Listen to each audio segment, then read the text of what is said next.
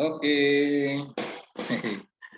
Sebelum kita mulai diskusi malam hari ini, sedikit saya informasikan bahwa cakap-cakap Saung Doka kita ini diselenggarakan oleh Dokadil Institute dengan dukungan HPDKI Sumatera Utara dan disponsori oleh Diva Media dan PT Samyu Internasional. Untuk Bapak Ibu, mohon izin saya ingatkan kembali untuk menjaga Zoom kita ini agar tetap kondusif sehingga diskusi kita ini berjalan lancar dan berjalan secara hikmat. Nah, barusan juga tim sudah mengirimkan link absensi. Nah, silakan Bapak Ibu mengisi link absensi yang sudah dikirimkan tadi. Oke, Mas Dewo. Ya, Bang Aidil. Nah, sudah siap, Mas? Oke, siap. Iya. Kita siap. Biasa di militer harus siap semuanya. Ini ada beberapa pertanyaan. Ini dari Wawan Amiruddin dari Bogor. Apa saja ciri-ciri kambing yang bagus, terus dan kambing yang tidak bagus? Mungkin kita monitor, Mas ya. Oke. Mas, ini kurang jelas pertanyaan ini. Soalnya kan kambing bagus atau tidak bagusnya kan dilihat dari sisi mana. Ya, ini spesifiknya ke kambing perah atau ke kambing pedaging. Kalau kambing itu kan perah ada keturunan Sanen, ya, ataupun ada juga PE. Ada mungkin kita monitor langsung ke Mas Wawannya, Mas ya. Keburnya gitu. Mas Wawan Amiruddin, monitor Mas. Ya, monitor. Mas Wawan Amiruddin dari Bogor. Ya, betul. Halo. Nah, izin Mas, ini pertanyaannya mohon ditanyakan langsung agar lebih jelas, Mas. Oh iya, itu kan tadi ada penyampaian berkaitan dengan kambing yang bagus dan kambing yang sudah kurang bagus diseleksi untuk dipotong gitu ya, untuk dijual. Nah, kriteria bagus itu yang untuk pengindukan tuh seperti apa, dan yang tidak bagus seperti apa untuk seleksi pemotongan itu, atau mungkin kambing yang sudah ada lubang yang kurang bagus.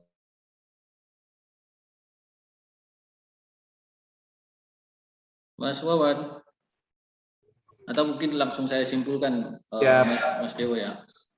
Jadi kalau dari sini kan indukan sesudah dikemukan, nanti yang masuk untuk proses selanjutnya yaitu termasuk breeding dan juga milking di kambing itu, Mas, cirinya apa saja, dan yang nggak masuk atau tidak masuk ke proses selanjutnya dalam artian dipotong lah istilahnya, itu ciri-cirinya apa saja, Mas, kalau di kandangnya Mas Dewo?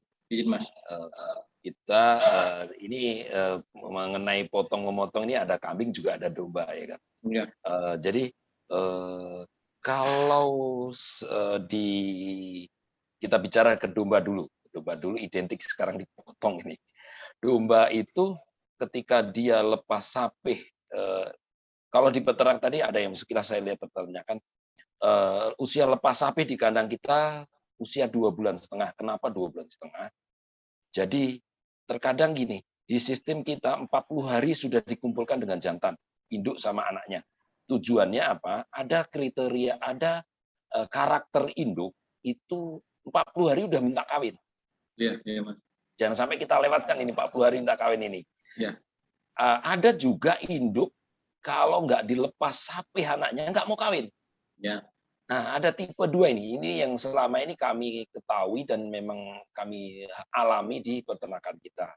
Jadi, setelah dilepas sapih, diberikan pakan tambahan, di situ kan kelihatan nanti pertambahan berat badannya, penampilan posturnya, bagaimana. Dan itu juga ditentukan dari berat lahirnya juga. Tidak serta-merta pakan untuk penggemukannya juga bagus, tidak ditentukan juga berat lahirnya berapa. Kecuali di berat lahir anak kembar itu biasanya identik dengan anaknya agak kecil. Tapi di saat dia usia dewasa biasanya ngejar. Dengan pakan yang bagus, dia biasanya akan ngejar. Disitulah sebenarnya kita bisa menentukan kira-kira mana yang ini bagus nggak kira-kira.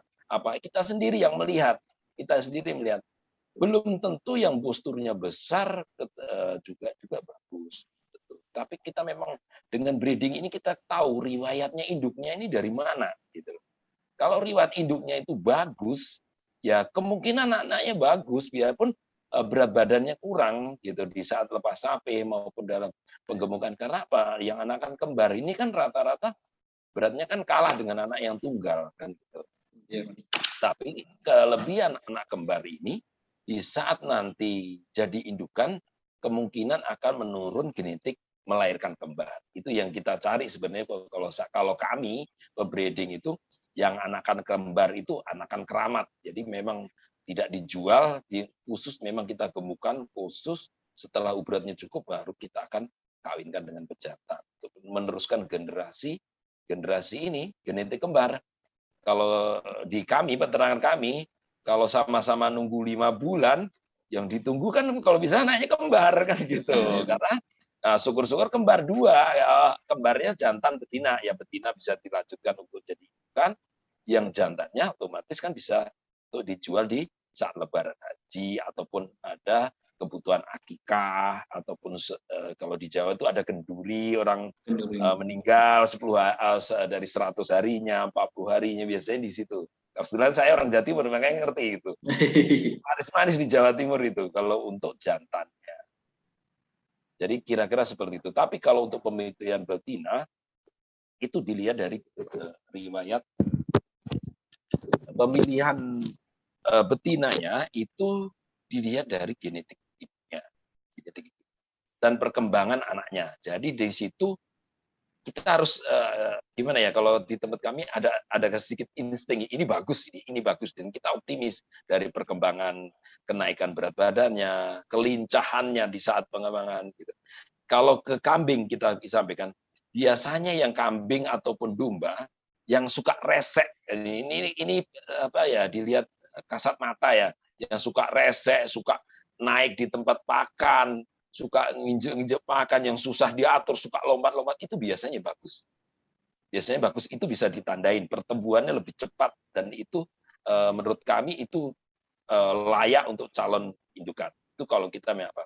Tapi kalau ketika kita membeli barang dari luar, ya itu memang agak repot sih, nasib-nasiban lah. Nasib-nasiban, ya gimana ya, terkadang kalau nasib bagus, ya dapat indukan bagus, dapat yang nggak bagus ya yang kurang bagus ya memang ya dari hasil anakan kandang sendiri inilah itu sebenarnya kalau di sistem peternak kami itu kebanggaan.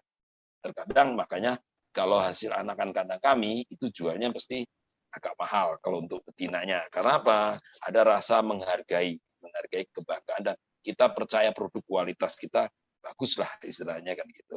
Supaya apa? Kita pede. Bahasanya kita pede, kualitas peternakan kita bagus, dan kita juga sedikit banyaknya juga menjamin kualitas gitu.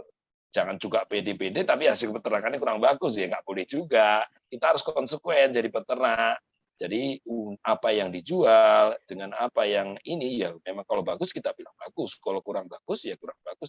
Lebih baik kalau di peternakan kami kalau kurang bagus lebih baik dipotong. Karena apa? Di saat kita jual membuat orang kecewa, otomatis peternak kita akan jelek. Itu saja. Terima kasih. Oke, Mas. Terus Mas mungkin saya lanjut pertanyaannya mungkin Mas ya.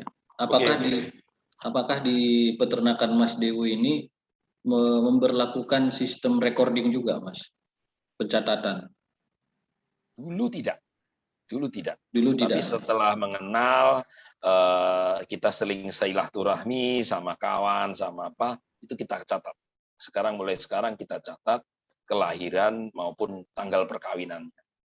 Tujuannya apa? Kalau tanggal perkawinan itu, jadi kalau di manajemen kami itu setelah 20 hari itu kita harus perhatikan kalau orang Jawa bilang kosot-kosot ya, kosot-kosot ke dinding nggak ini betinanya nih. Iya. Kalau kira kalau kosot-kosot bergesekan badannya ke dinding, ada tanda-tanda kehamilan.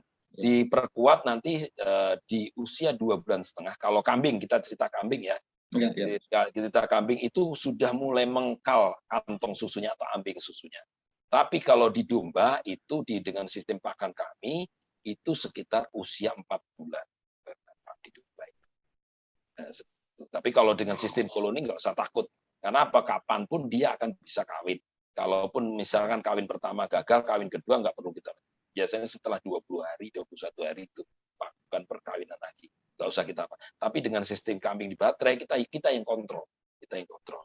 Nah, kira-kira lewat 20 hari kok kira-kira nggak gesek-gesekan badan, ya pasti kita akan dekatkan lagi ke jantan. Ditaruh sebelahnya kotaknya itu supaya terangsang, harapannya bisa kawinkan lagi. Jangan sampai kecolongan gitu. Karena rugi ke kambing ini biaya pakan. Kambing perah ini biaya pakannya agak lumayan besar gitu. Iya, Mas. Oke. Berarti artinya Mas, recording itu memang penting Mas ya. Penting. Karena apa? Dari situ kita bisa kontrol untuk kapan kira-kira ini waktunya lahir, kita juga persiapan. Jadi kalau dikira-kira udah waktunya ada sekitar 5 bulan ya, 5 bulan itu 150 hari atau 148 kalau nggak salah itu di buku itu kan tertulis seperti itu. Di situ kita persiapan. Ini kira-kira sudah ada tanda-tanda belum nih? Biasanya yang mengeluarkan ini kayak cairan gitu kan. Nah, ini kalau pagi mengeluarkan biasanya itu di malam. Kalau malam mengeluarkan biasanya di pagi. Ya terpaksa anak kandang juga agak sedikit begadang kan gitu, seperti itulah kira-kira. Tapi kalau dia di siang sih oke, nggak ada masalah gitu. Jadi kita memang harus pilih anak kandang yang loyalis. Oke, Mas. Kira-kira seperti itu. Memang sih Mas, kenapa saya agak sedikit fokus ke recording ini. Memang sih kita sudah sepakat bahwa recording itu perlu, Mas. Penting. Dulu kami tidak, terakhir kami nggak tahu kapan ini lahirnya. Setelah ada dari, kalau kami di Medan kan ada Mas Bobi nih yang suka catat. Oke. Ya udah kita ikutin. Memang sarannya bagus ya kita ikutin. Jadi saran juga untuk peternak-peternak lainnya, nggak usah malu. Bukan masalah ini jantannya apa. Tujuannya itu. Kira-kira 20 hari udah gesek-gesekan badan belum ke dinding itu, atau kosot orang Jawa bilang kan. Kalau belum ya berarti belum hamil, kemungkinan belum nggak jadi perkawinannya gitu. Jadi Mas, sedikit info. Kita kan sedang membuat program atau menyusun program aplikasi terkait recording ini. Nanti timnya itu nanti dari Diva Media dan kawan-kawan, Mas. Nanti kita tunggu hasil aplikasinya gimana. Oh, boleh, ini sangat didukung ini. Jadi mempermudah kita daripada nyatet kan gitu. Aplikasinya nanti di Android atau iOS. Bagus ini terobosan yang bagus, didukung, kami tunggu. Karena kalau kami terus terang kami orang gaptek, jadi mendukung aja deh. Jadi nanti tinggal ngisi aja Mas. Boleh. Oke Mas, ini kemudian dari Mas Wawan Amiruddin juga dari Bogor. Kalau di peternakan Mas Dewo sendiri, biasanya bobot karkas yang diperoleh dan yang dipotong di sana itu, yang diperoleh bobot karkasnya di sekitaran, persentasinya di sekitaran berapa Mas? Tadi kalau nggak salah di berat 20-40 dapat karkas 8,45. Kalau nggak salah sekitar 42% kalau nggak salah cara ilmu hitungnya kan berat karkas dibagi berat hidup dikalikan 100% kalau nggak salah. Nah, jadi nanti dapatnya kurang lebih sekitar 42%. Jadi itu penggemukan 1,5 bulan. Biasanya kalau di 2 bulan biasanya agak naik sekitar jadi 45. Itu Mas bahkan yang kadang mau sampai 50%. Itu Mas, itu kan tadi 1,5 bulan. 1,5 bulan dapat 20,40 kilogram. Itu awalnya berapa kilo Mas? Betina. Itu awalnya kalau nggak salah, kalau sistem di kami, kalau misalkan kami, ini kan kadang kami juga terus terang jujur saja menerima juga dari luar. Dari luar itu kadang kan ada indukan bagus, bibitan bagus kita pakai nanti itu indukan. Yang kurang bagus memang kita potong. itu rata-rata bibitan paling minimal yang bagus sih untuk mengawali fattening, penggemukan, selain anak kandang sendiri itu kita sekitar 14 kilo loh kalau barang dari luar, di luar kandang kita. Tapi kalau anak kandang kita 12 kilo nggak ada masalah. Karena dia sudah terbiasa iklim, satu pakan kita juga sudah sedikit banyaknya hampir mirip dengan pakan dia di saat dia ikut sama ibu. Seperti itu kira-kira. Oke Mas. Ini ada pertanyaan dari YouTube ini Mas. Ya. Dari Nanda Adisa dari Tegal Mas. Ya.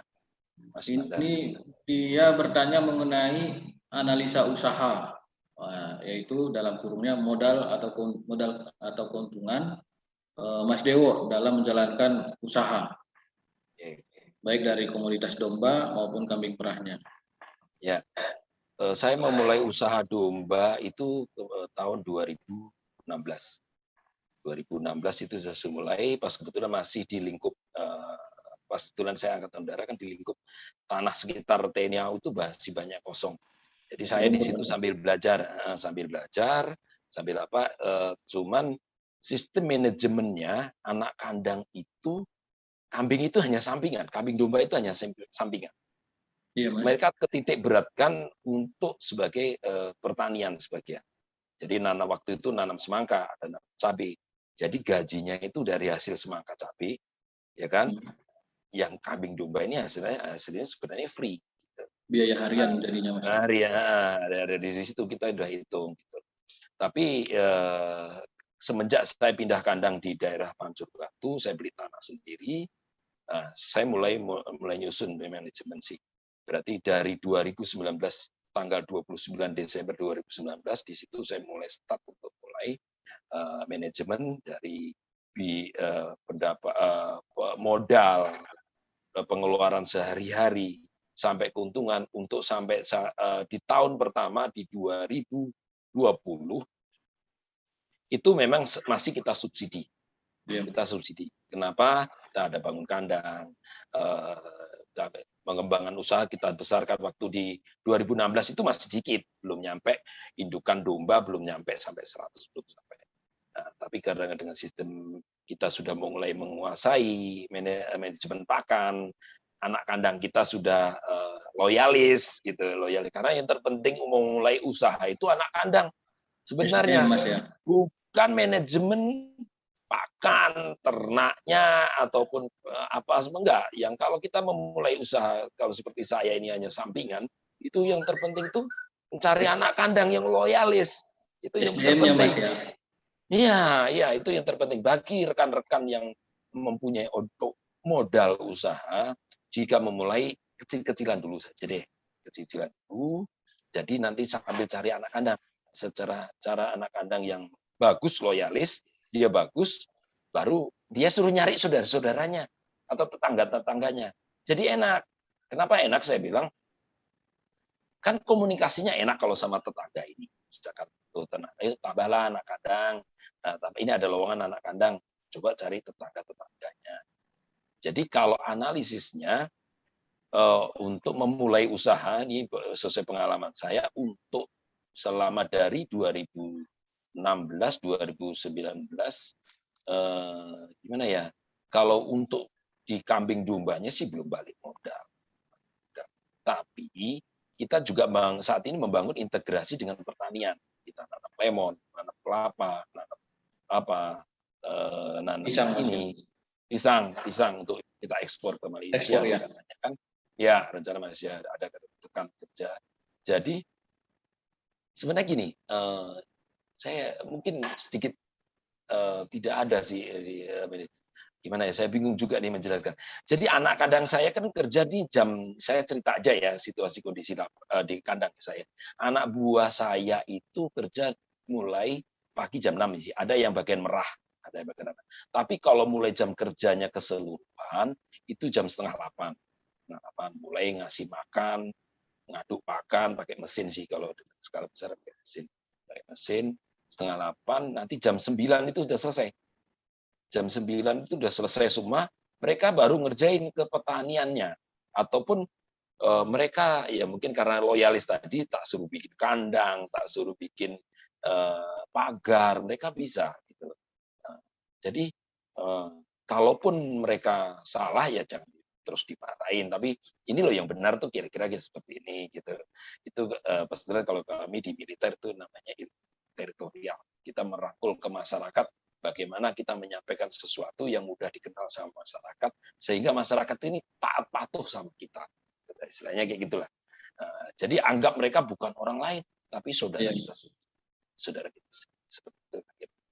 Jadi kalau kita pikir saya juga bingung karena apa saat ini saya lagi terus membangun apalagi nih kayak luas lahan saat ini luas lahan kita kan sekitar 13.000 1 hektar 1 hektar lebih lah kan itu kita akan pagar dan yang bakar itu anak kandang setelah ngasih umpan dia magar nanti jam 11:30 dia istirahat jam 12 dia istirahat 1:30 ada persiapan jam 2 udah kerja lagi ngaret sebentar terus ngaduk pakan lagi mereka nanti asar tuh nganggur isoma sebentar sholat bentar terus setelah itu kerja lagi entah mungkin apa ngerak mupuk tanaman atau gimana karena mupuk yang bagus sih kalau nggak pagi sore kan gitu pupuk kompos itu kan terus nanti jam 5 mereka ngasih makan lagi karena jam 6 udah selesai jam 6 setengah 6 udah selesai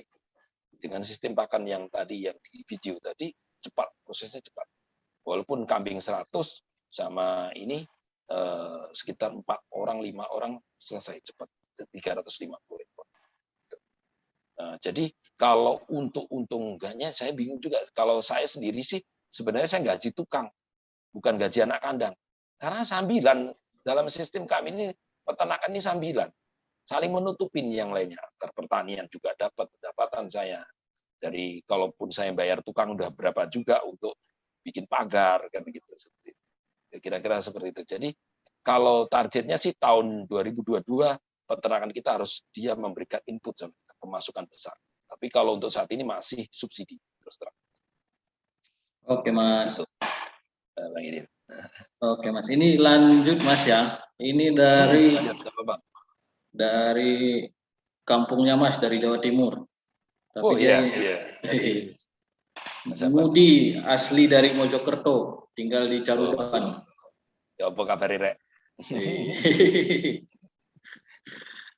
Beliau bertanya, Mas Ngudi ini Mas Deo, mohon dibagi tipsnya untuk peternak pemula seperti saya dalam dunia perkambingan atau perdombaan jika masih minim modal.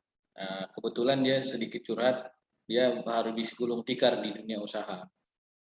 Oke, sebenarnya saya pernah nulis di Facebook saya, kambing domba itu suka rumput atau daun yang muda.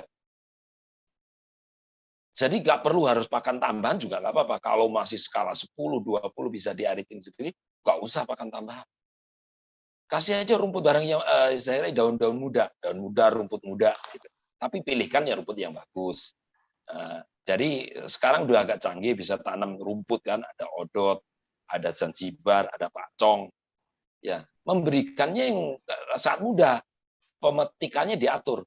Dan sekarang kalau di Jawa ini, kita di Jawa, saya sarankan di saat musim penghujan nanam telo tahun, orang Jawa bilang. Kalau di Sumatera, ubi racun, Bang Aidil. Bang Madiun hadir. Gimana?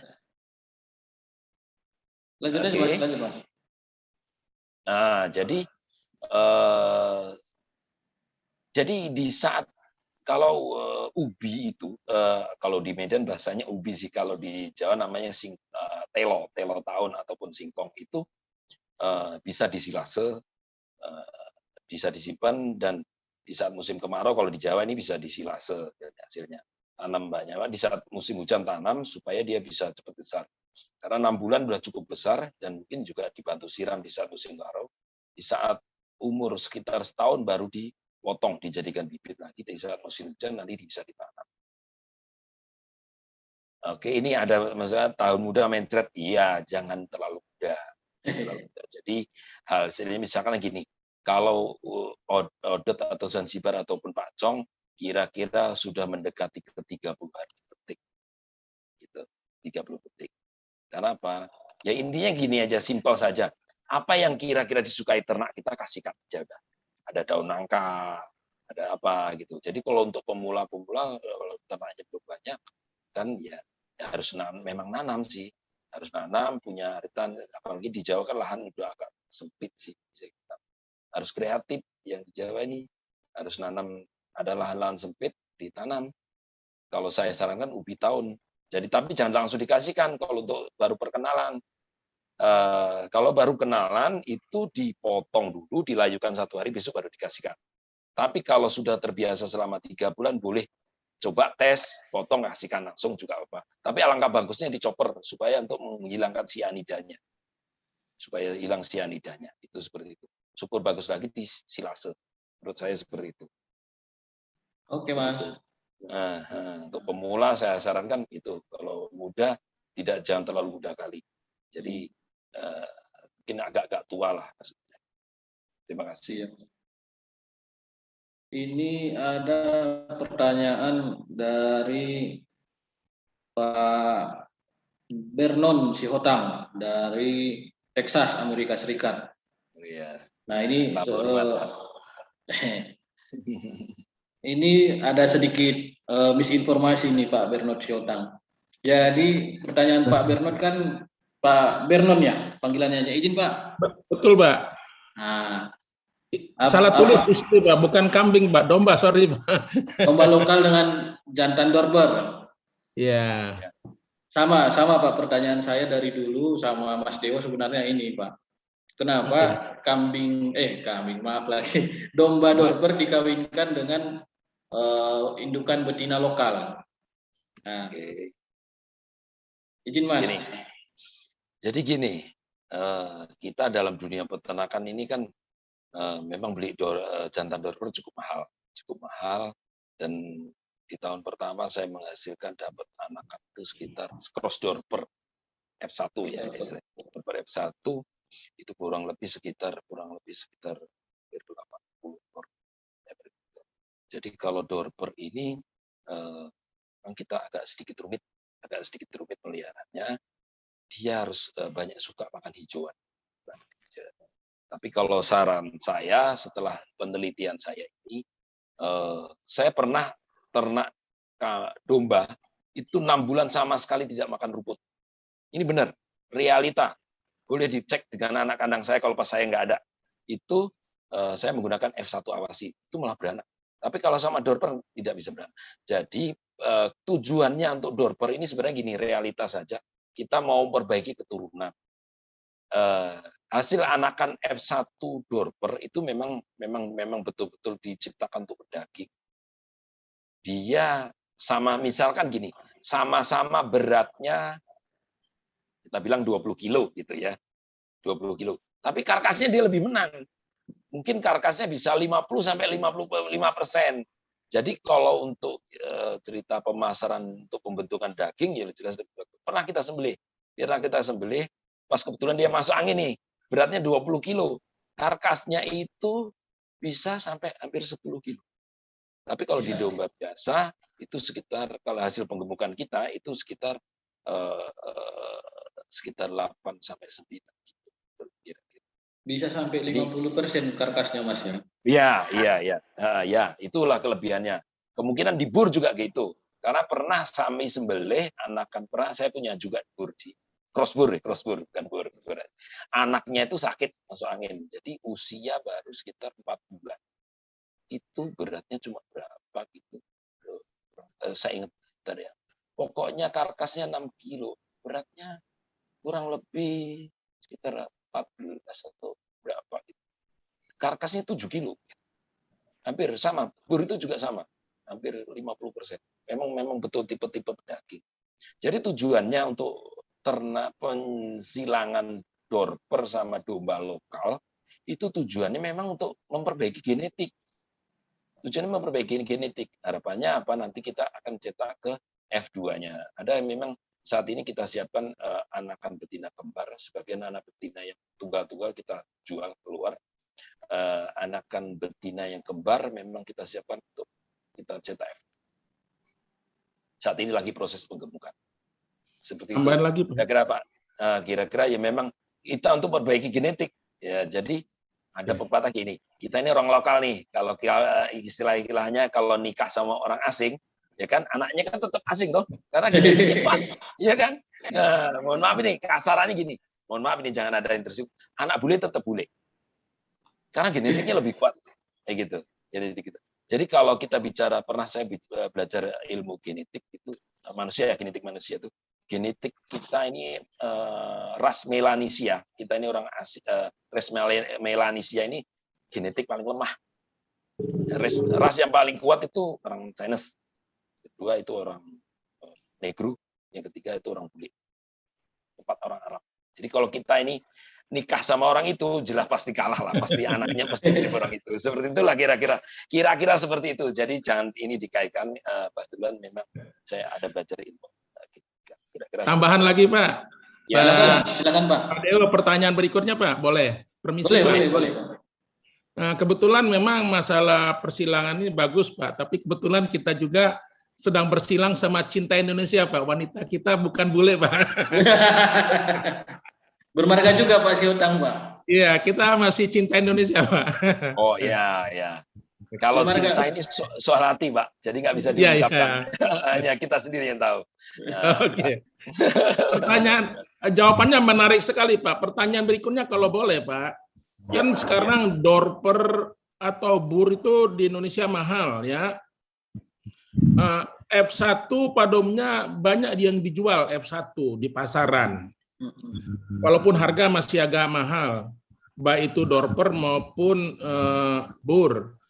Kalau F1 disilangkan ke lokal karena yang F1 ini yang dijual, berarti kita F1-nya akan kita silangkan dengan yang lokal.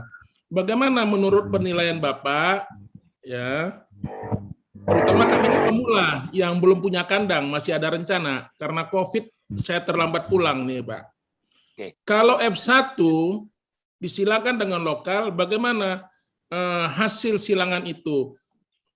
F1, F2, F3, karena menurut informasi katanya untuk membuat lebih bagus keturunannya, kita akan mencari F5, artinya dorper disilangkan kepada induk-indukan yang telah dilahirkan dari indukan yang lain gitu. Itu pengertian saya, artinya melalui proses 5 kali persilangan untuk menghasilkan jantan yang baik atau induk yang baik.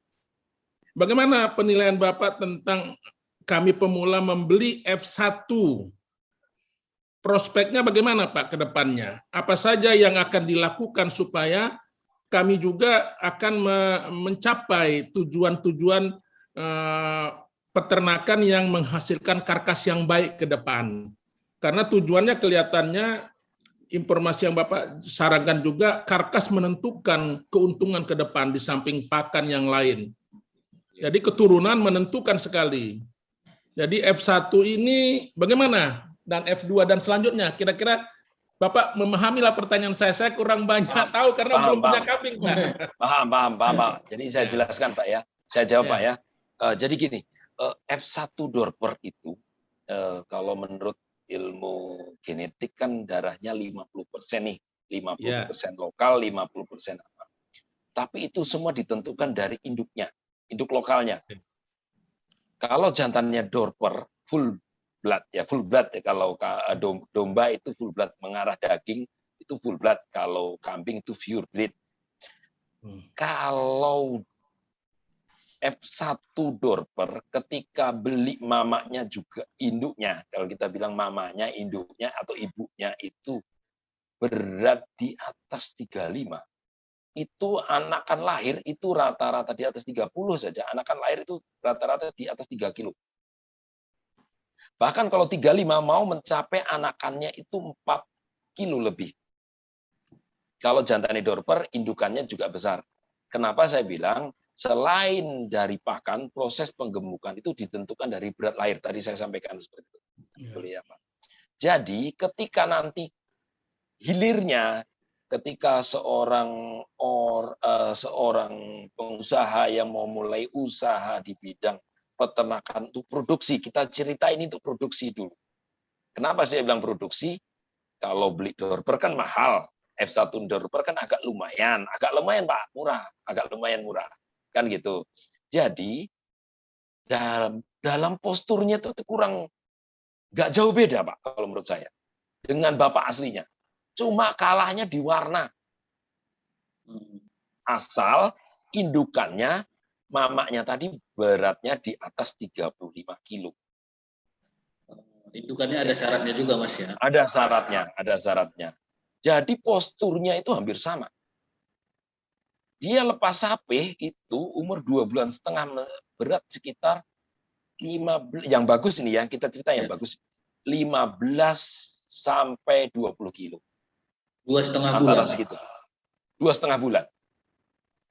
Nah, itu bisa, karena kemarin saya pernah membaca artikel di Facebook sih, F1 Dorper di Jawa sudah ada mulai lahiran cross itu anaknya juga bagus. Alangkah baiknya jika Bapak memulai nanti pakai pejantan F1, ketemukan betina dombanya yang beratnya di atas 30 kilo.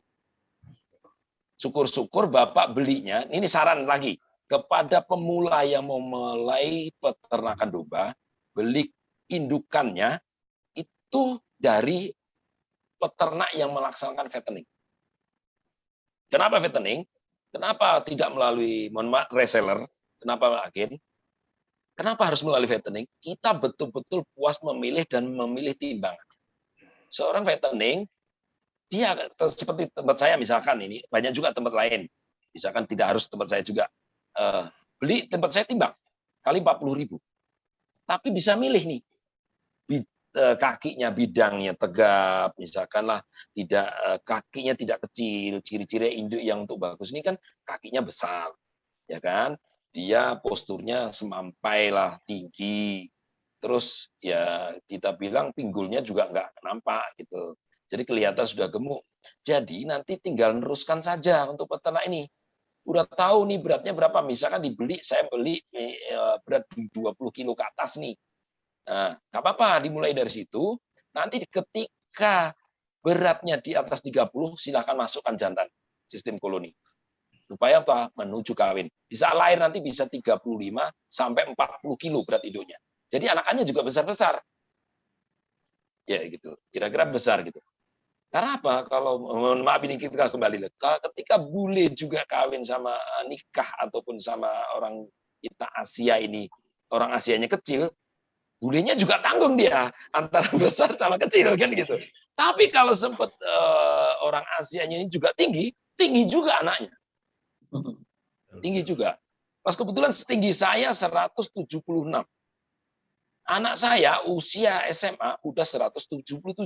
Berarti ada perbaikan genetik. Selainnya seperti itu. Tidak jauh juga dengan di ternak. Gitu kira-kira. Jadi nyarikan induknya, nyarikan istrinya ya jangan yang murah-murah, gitu. Jadi nanti hasilnya juga nggak maksimal. Nggak maksimal, yang disalahin F1 Dorpernya. Padahal salah manajemennya. Kira-kira seperti itu, Pak. Bisa Terima kasih banyak, Pak. Jadi kalau saya datang ke Medan, Pak, mohon izin saya coba mampir di sana magang 2 hari, 3 hari, boleh, Pak? Boleh. Silakan. Di tempat kami menerima, silakan untuk magang. Gratis, tapi makan bawa sendiri. Boleh. Itu pun sudah berterima kasih, sudah diizinkan belajar langsung, tempat Pak. Tidurnya ada, kita sediakan, tapi seadanya. Ya, boleh. Terima kasih banyak duluan. Mudah-mudahan kita bertemu. Kita tunggu, Pak, di peternakan kita. Ya, terima kasih. Ya, sama-sama, Pak. Ya, Pak. Terima kasih, Pak Siotang. Ya. Mungkin, Mas, saya lanjut pertanyaan dari Pak Siotang, Mas Dewo. Ya. Mas Dewo kan sudah menghasilkan F1 Dorper. Ya. Alhamdulillah sudah berhasil menjual ke beberapa daerah. Ya. Nah, itu Mas mohon berbagi pengalaman, Mas, gimana sih ceritanya, Mas, penjualan F1 Dorper ini, Mas? Kemana aja dan apa sih tantangannya, Mas? Awalnya kita ini kan bermitra sama CV Asia Global. Jadi sebagian jantannya ke Asia Global. Setelah ada nego-nego selesai, akhirnya kita bisa menjual sendiri, bahkan kita bisa ada pengiriman di luar kota Medan, di wilayah Provinsi Sumatera Utara, bahkan sampai ke Jawa. Jadi ya kalau kita bilang sesuai dengan hukum ekonomi, sesuai hukum ekonomi itu dalam barang yang memang masih sedikit pasti harganya juga bukan timbang kilo, pasti harganya dikoleksi, kan seperti itulah kira-kira. Jadi beda dengan yang harga barang yang sudah di pasar. Sama, suatu saat pasti kalau door-per ini sudah banyak juga pasti akan juga timbang. Seperti itulah kira. Karena hukum ekonomi, karena barang ini sedikit pasti. Kemarin saya jual sepasang jantan betina itu sekitar 4 juta. Karena juga modalnya besar door-pernya. Awal dulu door-per itu 25 juta Mas ya. 29 juta. Gimana? 29 ya. Kayaknya kurang etis kita buka di sini. Silakan kalau paling yang berminat door-per hubungi Mas Bobi.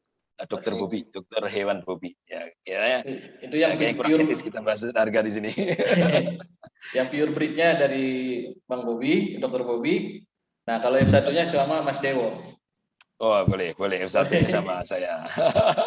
Tunggu Mas, F1 door-per di kandang kita Mas. Oke, siap. Oke Mas, kita lanjut ini Mas. Ada Mas Huda dari Jakarta Mas. Ya. Ini terkait sama pekerjaan Mas di kedinasan. Nah, otomatis kan Mas Dewo berharap ini berjalan tanpa harus dipantau langsung atau dipantau selalu oleh Mas Dewo sendiri. Artinya ada SOP yang harus dibuat dan dijalankan. Nah, Mas Huda sendiri ini bertanya Mas, itu bagaimana membuat SOP-nya itu dan apa isi SOP-nya Mas? Nah, izin petunjuk Mas. Oke, memulai usaha itu ya dari kecil dulu. Di situ kita bisa belajar dari kesalahan jatuh bangun. Kalau masih sedikit, masih kecil itu enak, nggak terlalu sakit, ya kan? Kita harus di saat waktu kita nganggur kita studi banding dari senior dari rekan-rekan peternakan yang lain, mana yang kira-kira bagus, masuk akal dan bisa diterapkan di kandang kita, terapkan. Setelah kita mempunyai bekal ilmu itu, baru kita mencari anak kandang. Cari anak kandang dulu. Karena kalau saya ini tidak mempunyai anak kandang yang memang bisa dipercaya, ya repot juga. Karena apa? Saya ngontrolnya paling cuma lewat CCTV, 2 laporan WA, ketiga paling Sabtu Minggu, kadang juga ke sana, kalau di saat memang tugas juga nggak ke sana. Laporan juga lewat via telepon, laporan via video di WhatsApp group, kan gitu. Jadi terpenting ketika orang memulai usaha punya ilmu peternakan dulu.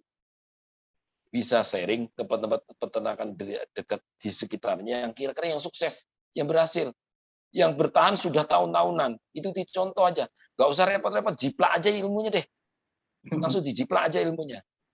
Udah, setelah itu baru cari anak kandang yang loyalitas. Baru mulai cari lahan, nanam rumput, buat kandang, masukin kambingnya. Itu urutannya. Jadi punya ilmu peternakan dulu. Setelah punya ilmu peternakan dulu, apa?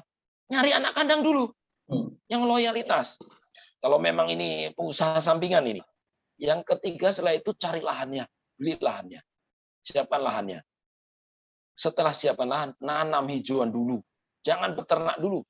Nanam hijauan dulu. Hijauan apa yang butuhkan? Bisa sharing. Kita bisa apa?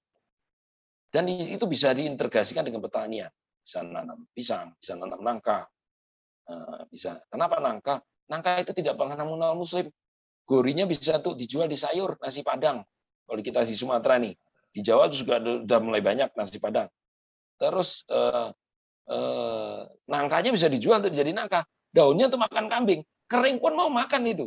Iya. Gitu. Jadi kan nggak ada terbuang toh. Daun pisang juga demikian. Bisa diberikan. Tapi dilayukan dulu supaya getahnya hilang. Jadi itu bahan pakannya bisa diambil dari pasar. Kalian itu juga bawahnya tanami rumput. Gitu. Baru buat kandang. Baru masukin, cari ternaknya. Ternaknya, cari indukannya tadi seperti itu. Cari tukang fattening. Cari dari peternakan terpercaya. Mahal dikit nggak apa-apa, tapi terjamin kualitasnya. Ini terkadang banyak peternak yang salah. Pengennya murah, kosnya rendah, giliran hasilnya nggak maksimal, anak kandang disalahin. Itu banyak terjadi. Jangan salahin anak kandang. Mereka bisa nungguin kambing kita udah bersyukur gitu loh. Sempat dia demo kita yang sekarat gitu loh, terus terang aja. Nah, itu anak kandang itu ya Pak. Sebenarnya kalau saya ini bukan peternak, saya ini pebisnis ternak. Yang peternak itu anak kandang saya. Saya sampaikan. Jadi seperti itulah kira-kira. Kira-kira seperti itu ya Mas ya. Bang Adil ya. Urut-urutannya seperti itu. Intinya Mas, trust dulu di nomor satu kan Mas ya. Kepercayaan dulu Mas. Ya, kita cari ilmu itu untuk menentukan manajemen. Ilmu itu yang akan kita berikan pada anak kandang kita. SOP-nya dari kesehatan ternaknya, cara mengobatinya gimana, cara apa.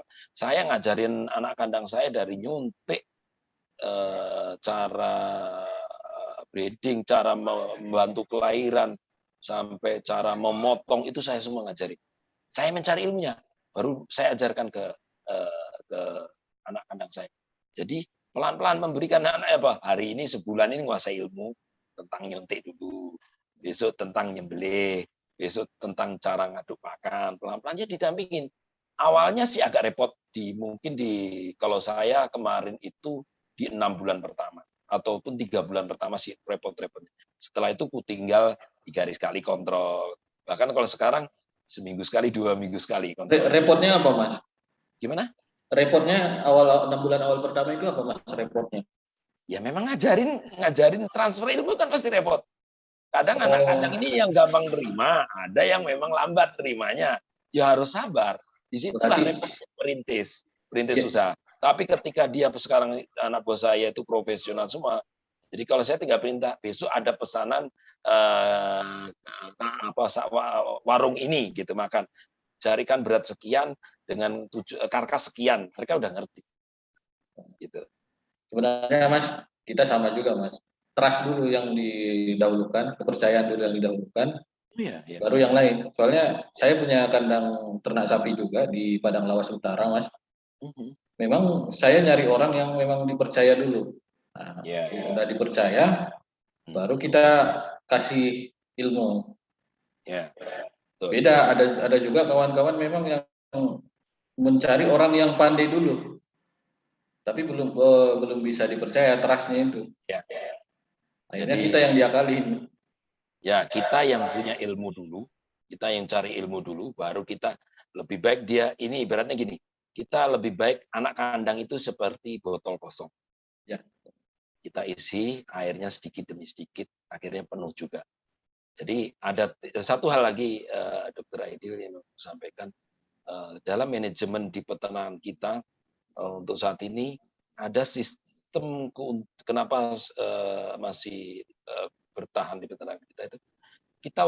Kalau orang yang mau mulai usaha itu buka kambing perah dulu. Kenapa? Dari kambing perah itu kita punya pendapatan harian.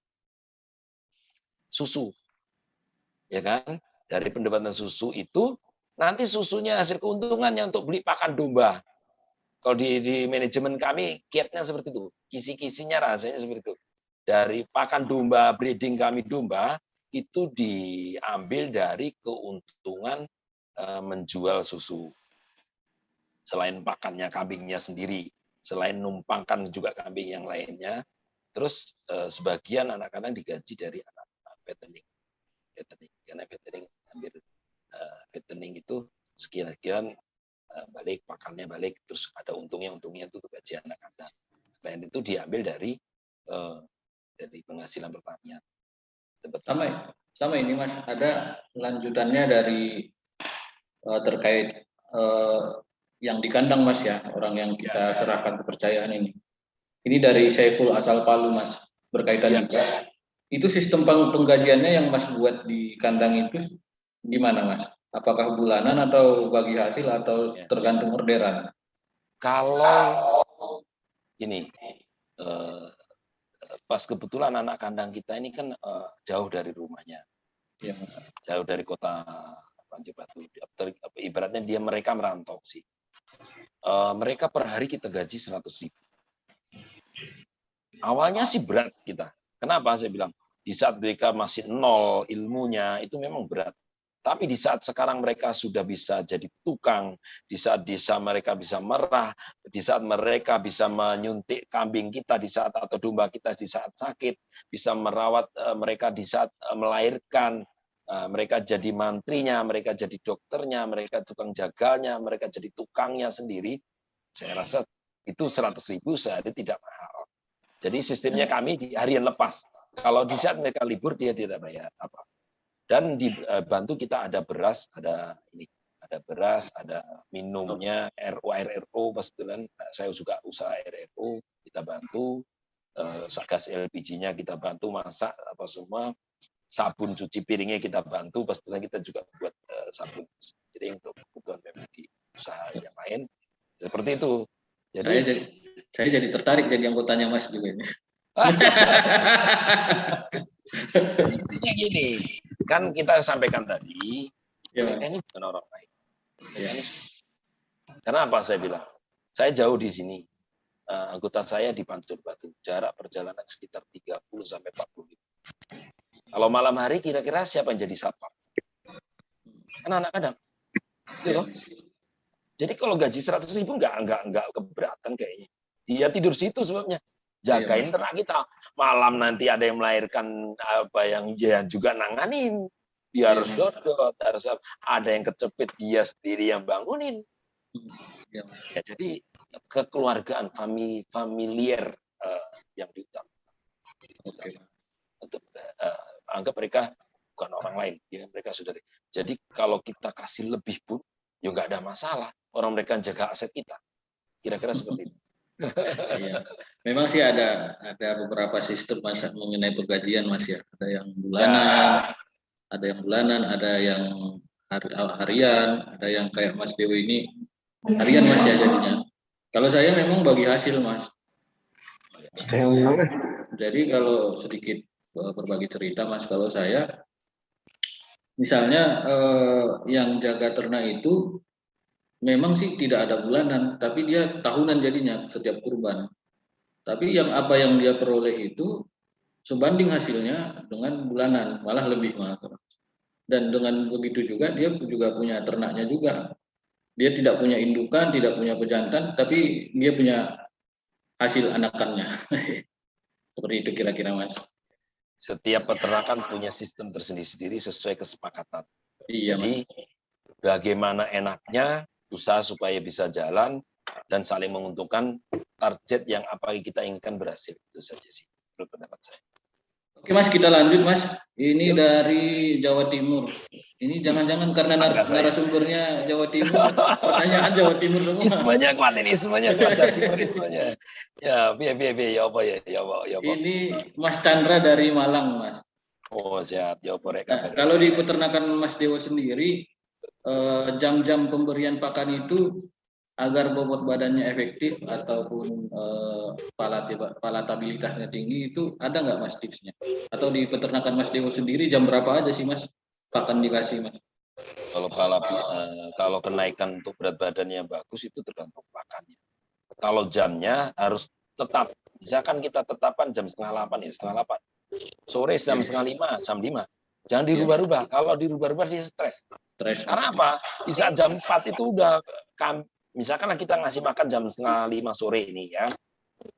Jam 4 itu udah bangun, udah trompet-trompet ya. Woi, cepet woi, cepet woi. Kayak gitu lah kira-kira ternak kita itu. Nah, kira-kira seperti itu ternak kita ini. Nah, memang itu. Di saat pagi juga demikian. Jam 7:30, jam 7 mereka udah bangun. Cepet woi, udah lapar nih kan gitu. Mereka seperti itulah kira-kira bahasa.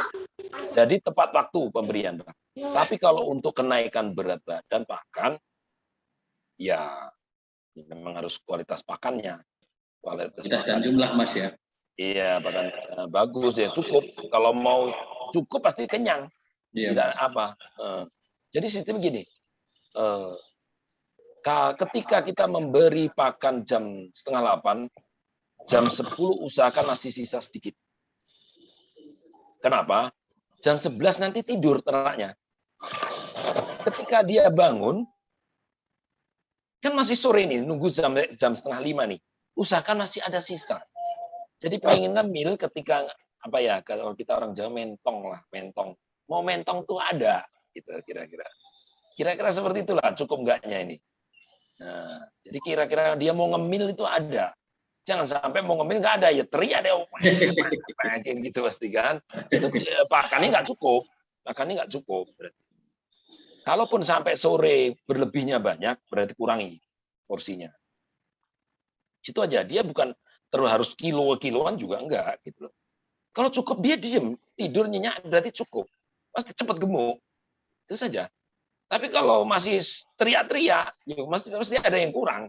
Airnya kayak belum dikasih, atau pakannya memang dasarnya pakannya kurang. Sederhana, simpel aja. Kalau kita kenyang, kita ini manusia, kalau kenyang, pasti diam.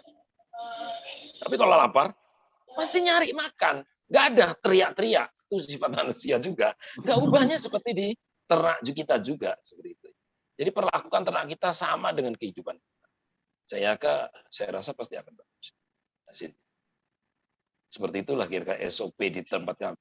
Kalau saya ngecek kandang kalau teriak, tak tegur. Itu masih lapar tandanya. Itu aja saya sama anak kandang. Tolong dikasih lagi, saya bilang gitu. Kalau nggak lapar, dia pasti nggak teriak-teriak. Saya bilang gitu. Saya cukup begitu aja ke anak-anak. Mereka ngerti sendiri langsung dikasih. Tapi jarang, sekarang nggak ada. Kalau dulu ada. Nah, itu yang harus memang ditegur, disampaikan, diarahkan, disampaikan, ya jangan sampai membuat dia tersinggung. Kalau tersinggung kabur, repot juga kita. Loh, Jadi, betul toh? Iya Mas. Jadi memang ada beberapa kawan-kawan kita Mas, yang dari teriakan kambing sama dombanya ini bisa mendefinisikan. Maksudnya di sini teriaknya begini bisa karena kejepit kakinya atau karena induk yang kehilangan anak. Betul. Dan memang ada beberapa kawan-kawan yang bisa mendefinisikan suara kambing sama domba ini, Mas. Kalau saya jujur aja, biarpun dokter hewan ya belum bisa, Mas. Kalau kambing yang teriak itu satu ekor, 2 ekor, satu mungkin kehilangan anaknya. Kalau mungkin satu kecepit. Tapi kalau serepak teriaknya berarti Makan. Itu aja. Simple so. Nandainya gampang. Kalau masih teriak semua, kompak itu. Mereka kompak itu. Kalau lapar satu, lapar semua pasti teriak. Tapi kalau ada kecepit satu, dua, itu pasti itu. Dia mencari anaknya ataupun kecepit. Simple, sederhana kok. Oke, Mas. Oke. Ini ada pertanyaan yang cukup menarik dari M. Edi Antoro, tapi ini tidak dicantumkan asalnya. Mas M. Edi Antoro, monitor, Mas. Monitor. Nah, pertanyaan dari Jogja, Mas. Jogja, ya. Salam, Mas. Salam untuk kawan di Jogja. Salam warahmatullahi wabarakatuh. Waalaikumsalam. Iya, tapi. Nah, ini pertanyaan dari Mas Edi Antoro ini, Mas Deo.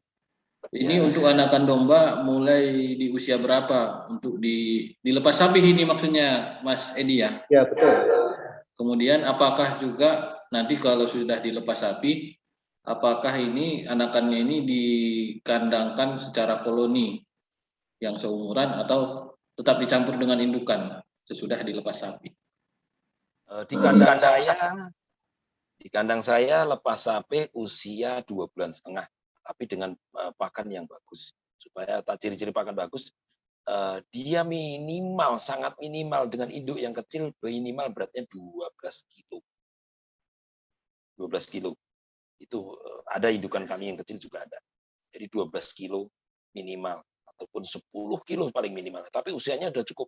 Supaya induknya segera kawin. Untuk lepas sapi, di kandang kita menggunakan semi koloni. Semi koloni itu disekat-sekat, Pak. Sekat-sekat, ukurannya 2x3. Itu untuk kapasitas 15 ekor. Makanya. Jadi untuk sapi ya dikelompokkan khusus. Kelompokan khusus. Jadi tidak bisa dikoloni. Kalau koloni nanti jadi repot. Yang kalau dalam sistem sekat tadi, semi koloni tadi, disekat tadi ukuran 2x3 tadi, yang besar kumpulkan besar, Pak. Yang kecil kumpulkan kecil. Kenapa?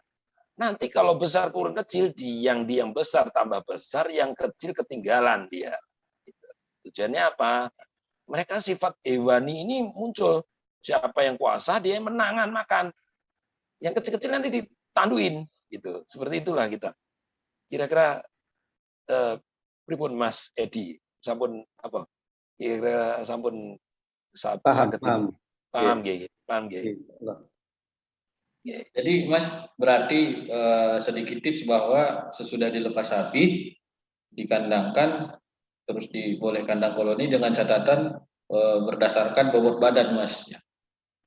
Ya, besar itu berat badan. Tapi kalau untuk anak kandang sendiri sih, saya kalau berat 10 kilo pun nggak ada masalah. Misalkan lah ini indukannya kurang pintar merawat anaknya atau gimana, itu nggak ada masalah karena dia telah terbiasa iklim, cuaca, situasi di kandang kita. Tapi kalau dengan pakan yang maksimal biasanya lebih sih, nggak lebih dari 10. Tapi kalau 10 pun nggak ada masalah. Pernah juga kami 10 juga. Karena apa? Ya kalau anak-anak dua ini kadang susu induknya juga ini. Kalau sistem koloni ini kelemahannya kadang kalau indukannya nggak pandai makan, nggak pandai rebutan makan, ya itu pasti agak kecil ketinggalan anaknya. Tapi sistem kawinnya nggak ketinggalan. Di situ aja. Kelemahannya terkadang anaknya agak ketinggalan perkembangan di sistem koloni. Beda dengan semi koloni. Semi koloni yang seperti itu tadi tempat seperti di dalam ukuran 5 meter tadi disekat-sekat ada 2 kali 3, 2 kali 3. Gitu. Jadi bisa nanti di setiap semi koloni ada pintunya. Jadi kalau nyeberangkan jantan tinggal buka pintu. Kira-kira seperti itu. Jadi lebih hemat dan hasil komposnya juga banyak. Kira-kira seperti itu, Mas Edi Antoro. Izin Mas Edi, iya Mas.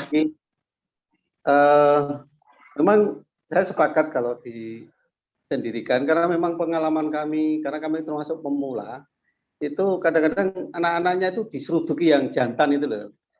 Ya. Iya Mas. Jadi masalah, pakannya juga mungkin kalah dengan yang dewasa. Kandangnya agak dibikin lebar, Mas. Iya. Kandangnya agak dibikin lebar. Pertumbuhan tubuhnya juga tidak termasuk lamban karena kalah pakan tadi. Itu bisa diatasi, Mas. Misalkan gini, bisa dibikinkan sekat khusus yang bisa masuk anaknya aja.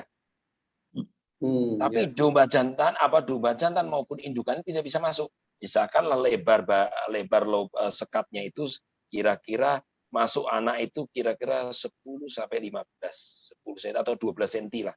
Jadi ini kan anak kambing bisa masuk, anak dombanya bisa masuk, tapi induk kan nggak bisa masuk. Jadi di situ tempat pakan khusus untuk anak. Kalau tempat saya sistemnya drum itu Mas dibelah jadi 2. Jadi pakannya itu dibikin banyak. Jadi ketika makan anaknya tuh lompat masuk ke dalam. Jadi makannya full dia. Nggak susah. Dia bukan kalau sistem koloni ini berebut. Cepet-cepetan habisan, takut nggak kebagian. Itu secara alami akan terbentuk naluri seperti itu. Karena sudah terbiasa. Bagi yang belum terbiasa dia kaget ternak, tapi seminggu 2 minggu udah langsung menyesuaikan. Misalkan domba kita baru beli, baru berdatang. Kira-kira seperti itu Mas Sidi. Solusinya dibuatkan kotakan sendiri khusus, di dalam kotakan itu khusus untuk makan anaknya saja. Jadi hasilnya akan lebih maksimal. Pahami ya Mas Edi ya? Ya, terima kasih. Terima kasih Mas Edi. Oke Mas Dew, ini kita berlanjut ke Pulau Sumatera dulu Mas, balik ke Pulau Sumatera. Ke Sumatera Barat. Dari Vici dari Padang. Nah, dia bertanya Mas mengenai cara-cara menghindari ataupun mengurangi angka kematian di kandang Mas Dewo sendiri. Baik itu kan kematian anakan atau indukan. Intinya cara mencegah angka kematian, Mas. Angka kematian anak. Ketika induk sudah mendekati kelahiran, bikinkan kerangkeng sendiri. Tadi kan ada di video-video awal tadi, pemisahan induk yang lagi bunting. Itu di kerangkeng. Kerangkeng sampai melahirkan, setelah umur seminggu dipisah lagi. Disekatkan khusus untuk induk anak. Ya, memang dia induk anak. Dari di situ itu sifat keibuannya itu muncul ketika ibu anak berkumpul, dia tidak jahat. Tidak jahat. Bahkan ada yang kekurangan susu, itu suka nyuri-nyuri biasanya anaknya. Jadi itu kan, jadi agak terbantu. Yang tadi induknya susunya agak kurang, di situ agak terbantu. Seperti itu kira-kira. Jadi kenapa di kerangkeng? Dia kenapa ukuran 80 cm atau 70-80 cm lebar, panjangnya ke belakang itu sekitar 1 meter, supaya induknya nggak banyak kemana-mana. Jadi di kerangkeng di situ. Dia fokus untuk selama seminggu itu ngasih kolestrum ke anaknya.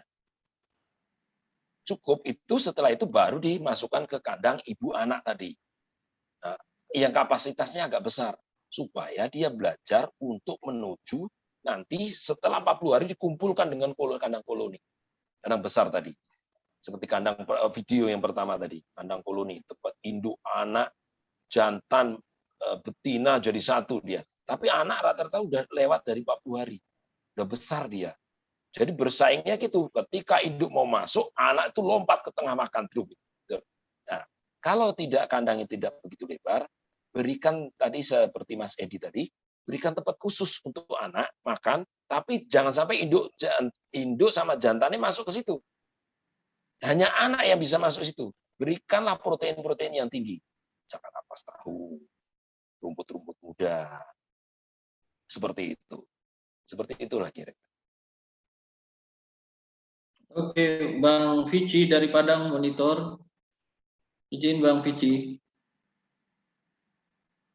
Monitor Bang Vici dari Padang. Nah, kita lanjut aja Mas ya. Iya, oke, boleh. Ini ada Waluya, asal dari Maluku. Dari Maluku ini beliau bertanya Mas terkait ciri-ciri kambing yang birahi dan birahinya lamanya berapa hari. Izin Mas. Mas Waluya dari Maluku. Monitor. Bentar, Pak. Monitor. Mas Waluya dari Maluku. Monitor, Pak. Monitor. Nah, Udah jawab monitor, Mas. Sambil tiduran. Ini Mas Deo, ini Mas Waluya ini bertanya ciri-ciri kambing yang birahi. Terus berapa lama? Ini menurut pengalamannya Mas Deo sendiri di kandang. Ya, kalau saya jawab ya, Bang ya. Menurut pengalaman saya itu birahi itu tidak lama sih, 3 harian. 3 hari. Makanya kita harus betul-betul pantau nih masa kebirahian kalau di saat kambing. Kalau seperti di kandang saya kan menggunakan baterai nih. Itulah di saat pagi ataupun siang memang harus ada kontrol dari anak-anak sebelum mereka istirahat sambil mengisi air.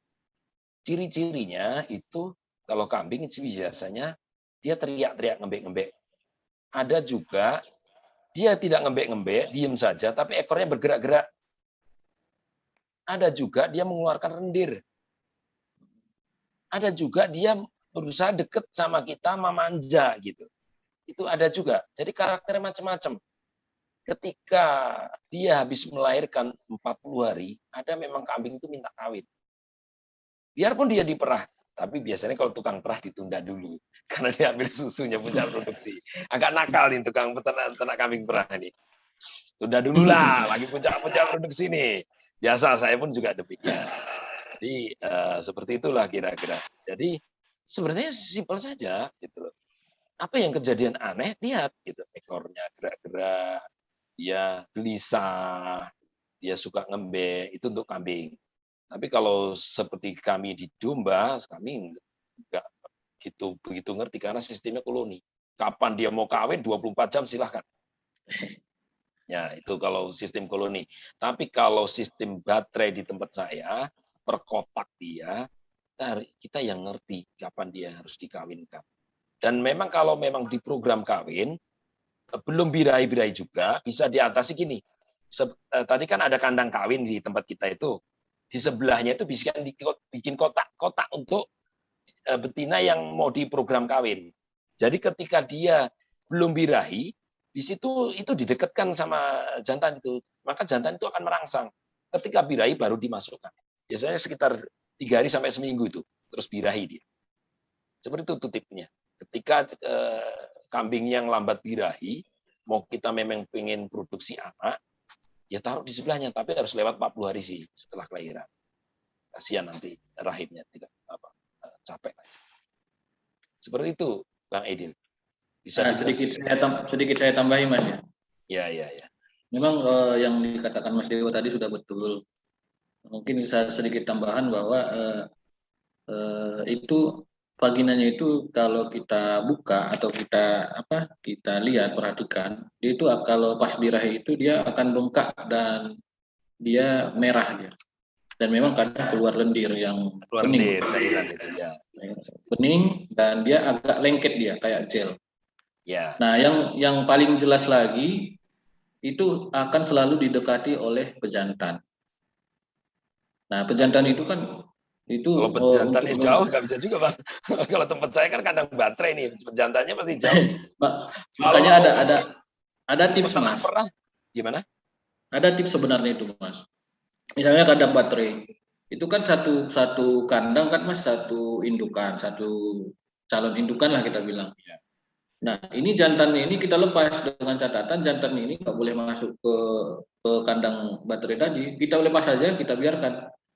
Mana sih dia yang didekatinya? Itu, Mas. Cara yang paling mudah sih pakai pejantan. Memang benar kalau kita memang proses mau program kawin, Bang. Tapi kalau di dunia kamper, Bang, itu jarang dilakukan. Nah, pasti kita apalagi penjualan susu lagi bagus toh, lagi banyak pesanan, wah mau birahi dulu, Mas ya.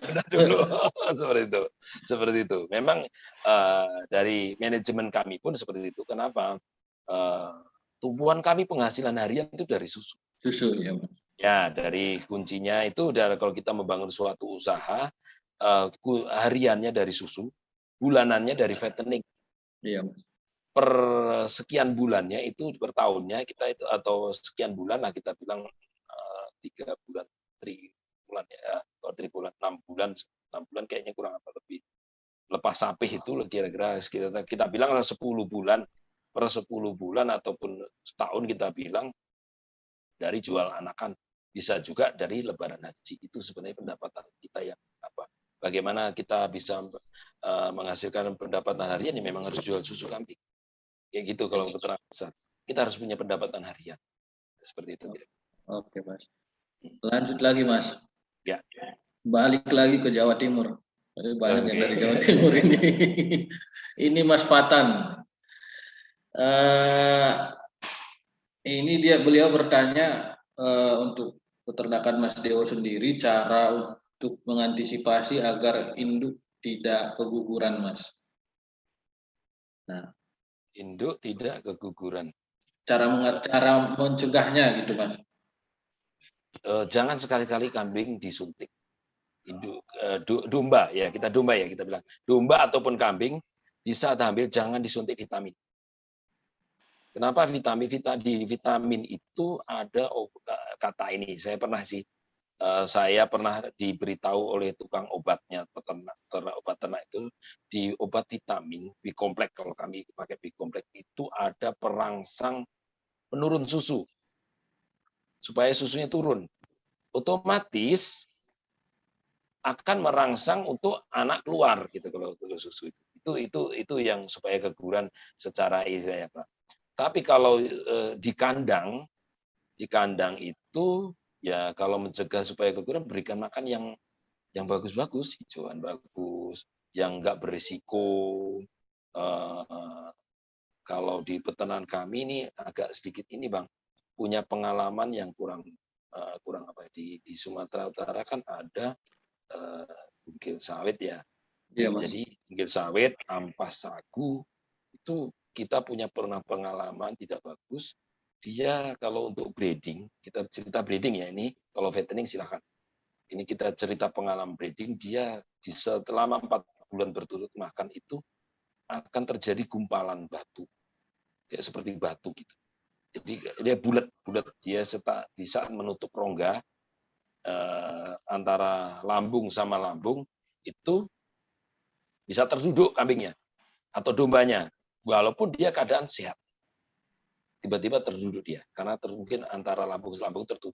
Setelah kita sembelih, rata-rata ada bulatan-bulatan yang menutup rongganya. Itu bisa jadi keguguran juga. Hati-hati. Dalam ya kita memang harus safety kalau udah makannya yang simpel-simpel aja deh, karena yang nggak bikin gila.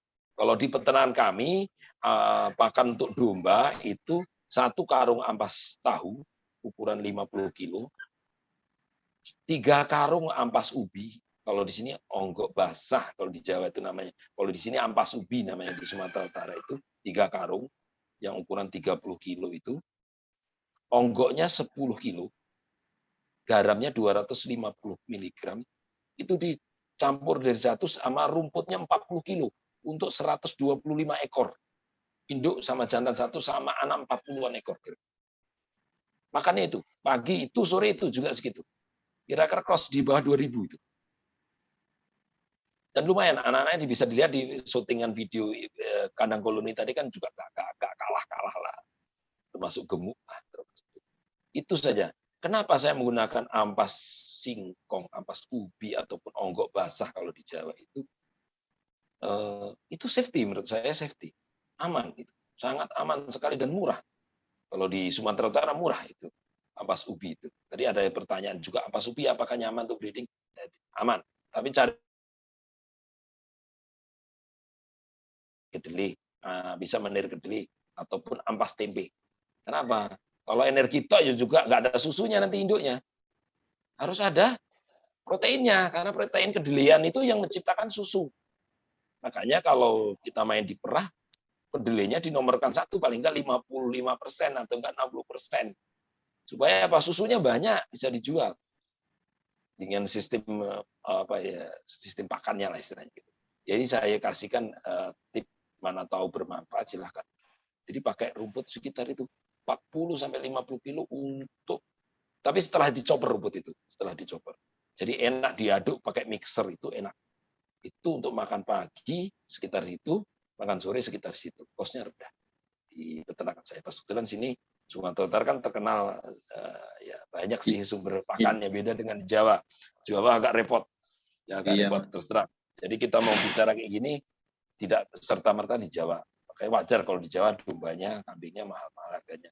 Makanya Sumatera Utara sekarang masuk besar-besaran ke sana kan. Karena di sini agak murah makannya gitu. Iya Mas. Biaya produksinya lebih murah. Ya, betul. Bisa juga nanti Mas ini sebagai jalinan kerjasama bisnis. Misalnya kita ngirim dari Sumatera Utara ke Jawa. Oh, saat ini sudah ada rekan. Sudah banyak. Sudah ada. Jadi situ saja. Nanti jangan berebut rezeki. Kita punya apa? Kita apa? Saya kalau dengar info itu saya cukup senang Mas. Senangnya apa? Oh iya, saya senang. Artinya apa? Artinya beternak domba itu bukan hanya kaleng-kaleng lagi istilahnya kalau istilahnya. Beternak domba itu memang sebagai usaha yang benar-benar bisa diusahakan. Bukan usaha yang sepele lagi. Itu kira-kira Mas. Bisnis yang menjanjikan. Betul. Okay. Ini Mas mungkin pertanyaan terakhir Mas karena waktu kita juga udah jam 10. Oke. Sadar karena asik-asiknya. Ini pertanyaan terakhir mungkin ya Mas. Ini dari Banyumas, Kafila. Nah ini sebenarnya Mas kayak seperti yang yang sering dipertanyakan oleh kawan-kawan di lapangan. Ada beberapa kejadian atau kasus di mana anakan domba atau anakan kambing atau cempenya yang baru lahir ini lemah, tidak bisa jalan dan induk pun tidak bisa menyusui. Nah, kalau di peternakan Mas Dewo sendiri pernah nggak kejadian kayak gini, Mas? Kalau tidak mau menyusui pernah. Tapi terus anakannya lemah, Mas? Kalau anakan lemah jarang. Kayaknya belum pernah. Jadi misal berarti kan Mas ini pertanyaannya ke indukan yang tidak mau menyusui. Nah, ini Mas berarti tipsnya di peternakan Mas Dewo sendiri itu gimana, Mas? Mohon petunjuk, Mas. Ini Kalau karena kita kan peternakan kambing dan domba nih di tempat saya. Ketika induk diri nggak mau menyusuin, itu ada tip-tipnya sih, ada tip-tipnya. Tapi sebenarnya itu ciri-ciri induk yang nggak bagus. Jadi ketika nanti saya sarankan ke rekan-rekan peternak, kalau ketemu induk seperti itu bisa dikurung seperti tadi. Itu sekitar 3 hari sampai seminggu nanti akan menyesuaikan dia. Karena biasanya itu terjadi sama darah. Domba yang baru pertama melahirkan itu biasanya nggak mau menyusuin. Itu ya bisa diikat seperti adalah itu udah ada diikat, apa kawan-kawan sudah tahu loh cara gimana netekan. Tapi kalau menurut saya tadi kan ada pertanyaan bahwasanya kok lemah gitu. Itu biasanya itu mohon maaf nih di pakan penyebabnya. Mohon maaf ini sekali lagi saya mohon maaf. Ada kambing sama domba itu yang kuat rahimnya di saat kasih mungkin ada tambahan kimia lah. Kalau saya tadi kan saya berusaha untuk yang natural aja lah kan itu. Kalaupun saya pakai kimia saya pakai garam 200-nya sebagai penyedap rasanya lah, kita bilang ada asin-asinnya. Jadi kalau untuk yang hamil upayakan jangan ada mungkin pakai tambahan-tambahan lain yang apalah. Yang paling simpel aman ya mungkin ya ampas tahu, ampas kongkok basah sama rumput aja udah cukup deh. Tapi kalau kita cerita penggemukan mungkin tambah perangsang daging kayak fitmik ya, fitmik kita kira itu nggak apa-apa silakan. Kalau cerita penggemukan. Tapi kalau cerita breeding, usahakan yang natural saja. Nggak usah pakai yang ini, yang itu. Usahakan seperti itu saja. Jadi itu efeknya nanti ke anak. Biasanya anak lemah, susah berdiri. Saya pernah juga ngalamin. Saya ngalamin, tapi tidak banyak. Tidak banyak. Dan setelah tahu saya itu, saya stop pemakaian menggunakan kimia untuk perangsang ini, vitamin, atau apa. Tidak. Jadi saya fokus ke yang bahan-bahan alami saja. Kalau untuk yang breedingnya. Karena udah nunggunya 5 bulan, anaknya lumpuh, aduh repot. Gitu. Jadi tips yang saya berikan tadi pakan tadi, kalau memang di daerah saudara-saudara peternak seluruh Nusantara ini ada, ya bisa cari. Kalau enggak ya carikan rumput yang mudah-mudah.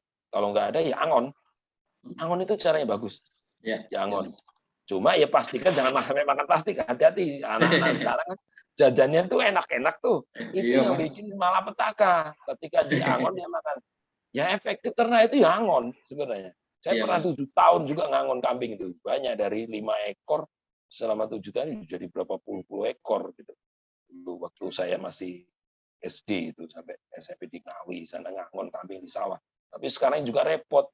Lahan juga semakin sempit, gitu. Nah, itu semakin sempit ya. Memang harus teknologi yang berbicara kalau dalam ternak itu. Ya nanam bahan pakannya buat di kandang. Karena kalau diangkat repot juga, plastiknya bertebaran mana-mana. Kecuali memang punya lahan sendiri luas, dipagar, tidak ada plastik, diangon itu yang efektif, yang paling cost, yang paling murah. Oke, saya rasa gitu.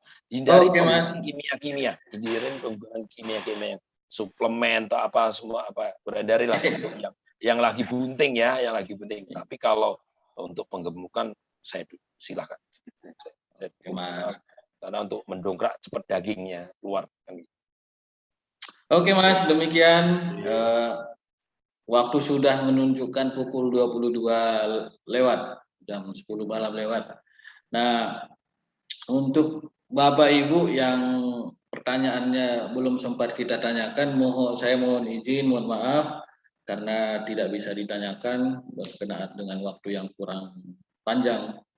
Nah, kemudian jangan khawatir Bapak Ibu, jika ingin masih bertanya, nanti pertanyaannya dikirim saja ke kolom komentarnya di YouTube kita. Nanti video ini, rekaman ini nanti kita share di YouTube. Nanti silakan bertanya di situ. Nanti saya dan Mas Dewo bisa bantu jawab dari sana. Nanti saya jawab di komentar YouTube. Nanti saya buka pas kebetulan. Kalau pas nganggur ya, Mas Dilan saya juga tugas. Pasti akan saya jawab. Tulis saya saja. Bolehkan nanti Mas. Nanti saya pasti akan jawab. Saya akan masuk nanti komentar. Saya juga punya channel YouTube juga. Oke Mas. Oke, terima kasih banyak. Salam hormat kepada saudara-saudara peternak di seluruh Nusantara tetap semangat, jangan pantang menyerah. Anda semua adalah pahlawan-pahlawan nutrisi bangsa ini. Saya sebagai anggota TNI menyemangati bapak-bapak semua, ibu-ibu semua yang hadir pada malam hari ini. Jangan pantang menyerah, jangan malu juga untuk bertanya. Tetap semangat. Kita adalah pahlawan-pahlawan nutrisi bangsa. Berbanggalah menjadi pahlawan-pahlawan nutrisi bangsa. Salam hormat dari saya, Trisudibyo atau Mas Dewo.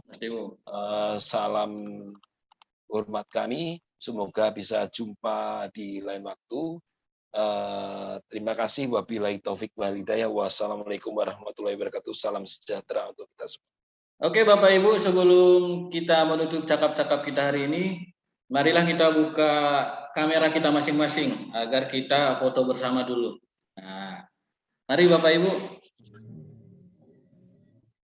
Kita buka kameranya masing-masing. Ini masih layar 1 udah buka semua, tinggal layar 2 sampai layar 3 belum. Ini ada 3 layar. Ayo Bapak Ibu, biar kita mulai foto bersamanya nih.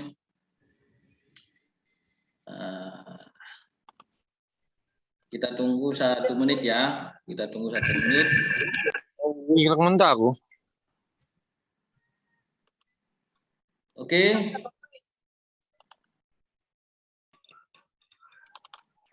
Mas Yudi, boleh di screenshotkan Mas untuk foto bersama Mas. Siap. Halo Mas. Siap dok.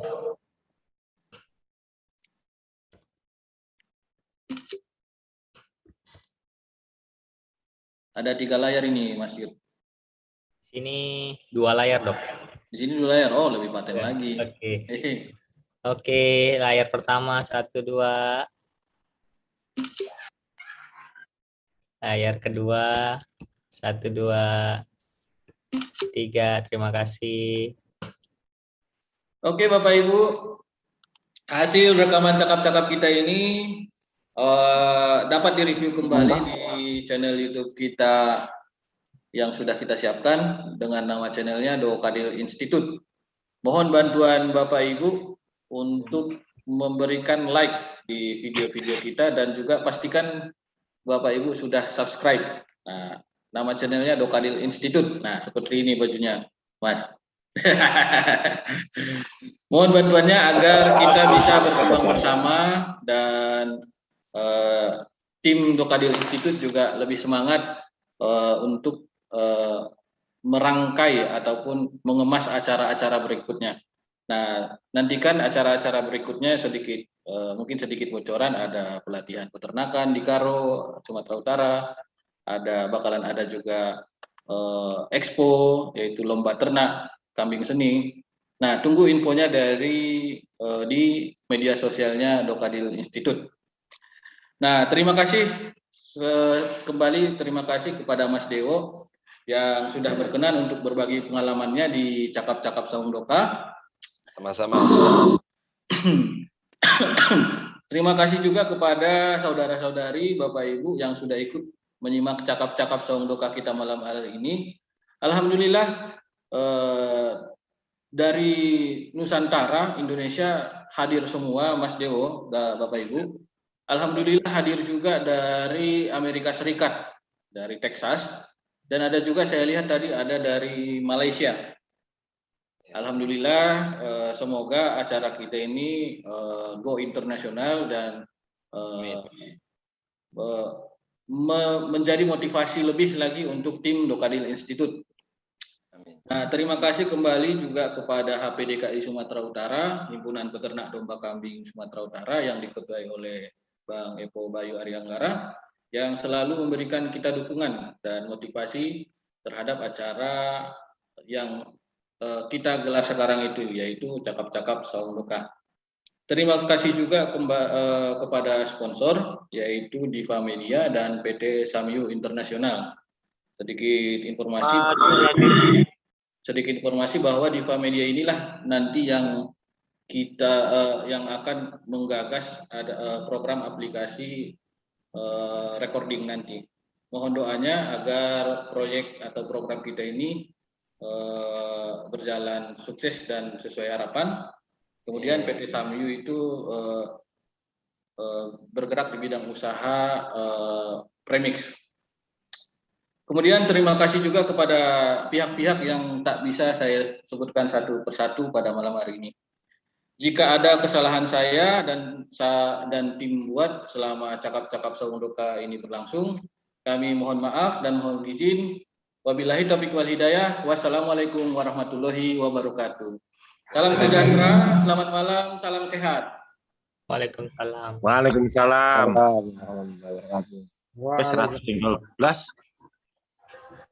Terima kasih Pak Dewo sama Mas Adil. Makasih.